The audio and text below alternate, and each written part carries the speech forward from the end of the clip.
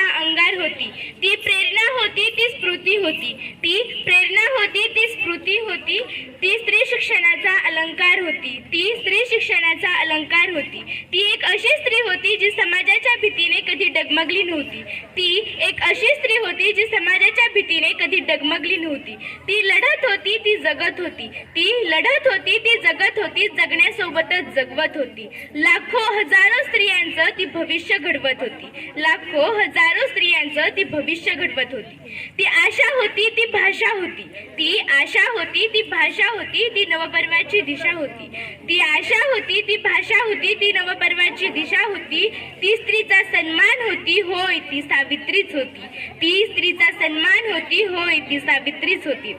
नमस्कार, माझे नाव श्रुती पद्मेश्वर पवार. मी आता 7वी इयत्तेत शिकते. स्त्री शिक्षणाचा वसा घेऊन स्त्रियांसाठी आणि समाजासाठी कार्य करणाऱ्या एक आदर्श ठरणाऱ्या सावित्रीबाई फुले यांची आज जयंती. सावित्रीबाई फुले यांनी स्त्री शिक्षणासाठी जो लढा दिला तो आज इतिहासाच्या पानावर सोनेरी अक्षरांनी कोरला गेला आहे. सावित्रीबाई फुले यांचा जन्म 3 जानेवारी 1831 रोजी सातारा जिल्ह्यातील नायगाव या गावी झाला. त्यांच्या आईचे नाव लक्ष्मीबाई तर वडिलांचे नाव खंडोजी नवसे पाटील हे होते. त्यांचा विवाह वयाच्या अवघ्या 9व्या वर्षी क्रांतीसूर्य ज्योतिबा फुले यांच्याशी झाला. त्यावेळी त्या निरक्षर होत्या, परंतु त्यांना शिकण्याची उत्तुंग अशी आवड होती. पण फक्त चूल आणि मूल एवढे स्त्रियांची सीमा मानणाऱ्या त्या काळच्या लोकांना स्त्रीचं शिक्षण मान्य नव्हतं.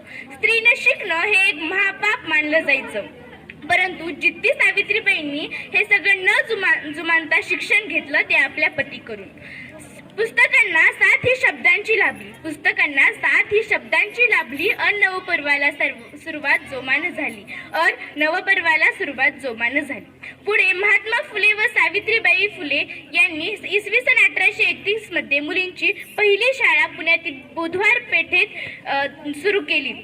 अर्थातच त्यांच्या थोर विचारांना त्या काळचे लोक मान्य करत नव्हते. अनेक जणांनी त्यांना विरोध दर्शवला, त्यांच्यावर दगडफेक केली, शेण मारलं, पण तरीही त्यांचा जो दृढ निश्चय होता तो बदलला नाही. त्यांनी माघार घेतली नाही आणि क्रांतीही घडली. शेवटी जाता जाता मी एवढेच म्हणेल, सावित्रीबाई कणा होत्या त्या स्त्री शिक्षणाच्या, सावित्रीबाई कणा होत्या त्या स्त्री शिक्षणाच्या, विनावादन करणाऱ्या त्या दूत होत्या सरस्वतीच्या, विनावादन करणाऱ्या त्या दूत होत्या सरस्वतीच्या. आज स्त्री जगली शिकली मुक्त विचारात सावित्रीच्या, आज स्त्री जगली शिकली मुक्त विचारात सावित्रीच्या. शतश नमन करते त्या क्रांतिकारी विचारांना सावित्रीच्या, शतश नमन करते त्या क्रांतिकारी विचारांना सावित्रीच्या.